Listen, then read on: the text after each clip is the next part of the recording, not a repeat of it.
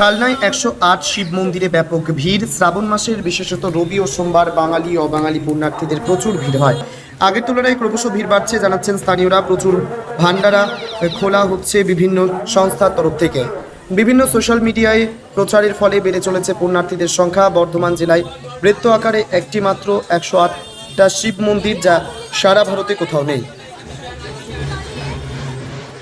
তাই সারা বছরই ভিড় থাকে এই চত্বরে। কিন্তু শ্রাবণ মাসে প্রচুর পুণ্যার্থীরা আসে এই মন্দির দর্শনে।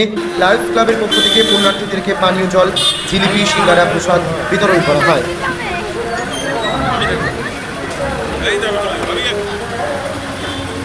আপনাদের এখানে আপনারা একটা মন্দিরময় শহর, এখানে প্রচুর শিব মন্দির আছে, তার সাথেও 108 শিব মন্দির আছে এবং আরো বড় বড় মন্দির আছে। এই শ্রাবণ মাসে এখানে প্রচুর বাইরে থেকে, কান্নার বাইরে থেকে এবং সোমবার শনিবার এবং অন্যান্য দিনে প্রচুর লোক এখানে আসে, হাজার হাজার লোক আসে। আজকে লায়ন্স ক্লাবের যারা মিষ্টি বিতরণ করছে, ঠাকুরের প্রসাদ লাগিয়ে সবাইকে একটা ভাত ডাল সব বিতরণ করা হয়। এই শ্রাবণ মাসের প্রতি বছরই করা হয়। এই দিনে আপনার ভক্তরাও উৎসাহ পায় এবং আমাদের প্রশাসনের তরফ থেকেও খুব আমরা সাহায্য পাই।